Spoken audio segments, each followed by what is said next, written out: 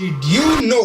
Times of India की एक report के मुताबिक राजमा चावल ने टॉप फूड अवार्ड जीता है। उनके हिसाब से एक global food catalogue Taste Atlas ने राजमा चावल को one of the best bean dishes in the world बताया है। तो तुम्हें पता लग ही गया होगा कि आज हम क्या बनाने वाले हैं, है ना? लेकिन उससे पहले हेलो एवरीवन, आप सभी का स्वागत है इस चैनल की एक और नई वीडियो में। और आज हम बनाने जा रहे हैं सबका फेवरेट राजमा चावल। सबसे पहले हम बनाएंगे राजमा, जिसके लिए मैंने लिया है यहाँ पे आधा किलो राजमा, जिसे हम पहले एक बार धोएंगे और फिर उसे भिगो के रख देंगे मिनिमम 8 घंटे के लिए, बट आइडियली ओवरनाइट। अगली सुबह अब तुम्हें लेना है एक कुकर, जिसमें डालोगे तुम अपने सारे भीगे हुए राजमा। कुकर में राजमा डालने के बाद अब तुम्हें इसमें डालना है उससे 2 गुना ज्यादा पानी जितना तुमने राजमा लिया था। अब अपने किचन का स्टोव करो ऑन, रखो उसे हाई पर और चढ़ा दो उस पर कुकर, और करीबन 10 मिनट के लिए राजमा को हाई फ्लेम पे उबलने के लिए छोड़ दो। इससे राजमा के अंदर की जो गंध होगी वो पानी के ऊपर आ जाएगी। 10 मिनट बाद अब तुम्हें दिख रहा होगा कि कितना सारा गंद पानी के ऊपर आ चुका है। अब किसी चमचे से इस सारे गंद को हटा लो।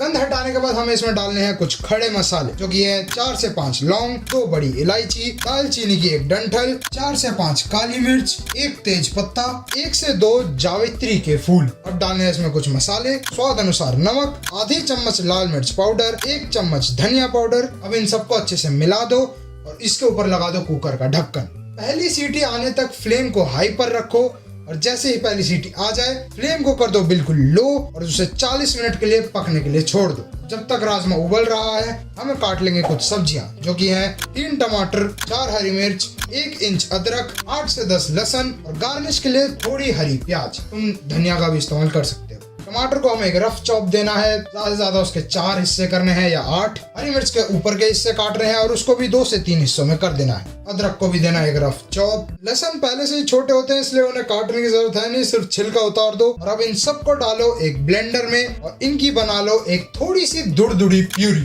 कुछ इस तरीके की। गार्निश के लिए जो तुमने हरी प्याज या हरा धनिया लिया था उसे भी काट लो।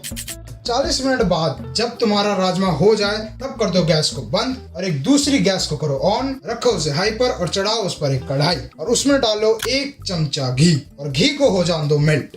जब घी पूरा पिघल जाए स्विच कर दो मीडियम फ्लेम पर, डालो उसमें 2 चम्मच जीरा और 8 से 10 कड़ी पत्ते। जीरा और कड़ी पत्ता को पकने में ज्यादा टाइम नहीं लगेगा, करीबन 10 से 15 सेकंड बाद ही डाल दो इसमें अपनी प्यूरी। ब्लेंडर में बची कुची प्यूरी को हमें वेस्ट नहीं करना है, इसलिए ब्लेंडर में थोड़ा सा पानी डाल के उसे अच्छे से हिला लो और उसके बाद उस पानी को भी डाल दो अपनी प्यूरी में। प्यूरी को थोड़ी देर हिलाने के बाद उसको किसी लिड या ढक्कन से ढक दो और करीबन 2 से 3 मिनट के लिए ऐसे ही छोड़ दो।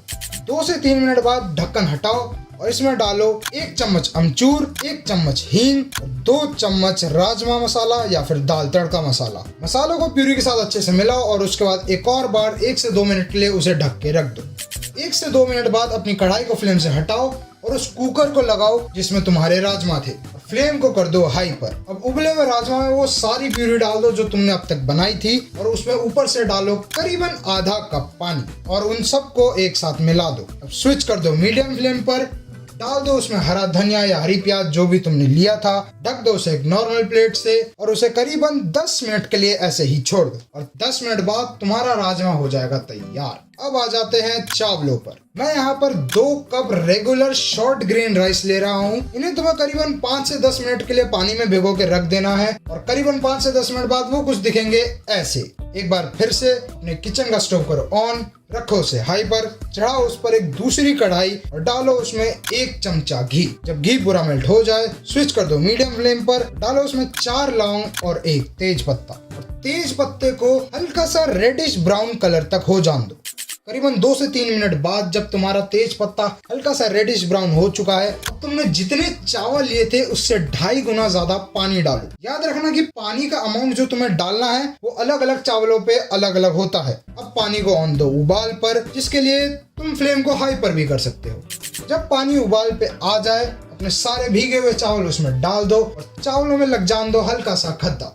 अब इस पॉइंट पर आके मेरी फोन की बैटरी लगभग खत्म हो चुकी थी, इसलिए मैं तुम्हें नॉर्मली ही बता देता हूँ। जब चावलों में हल्का सा खद्दा लग जाए अपनी कढ़ाई को एक प्लेट से ढक दो, स्विच कर दो मीडियम फ्लेम पर और उन्हें तब तक पका लो जब तक वो अच्छे से पक जाए।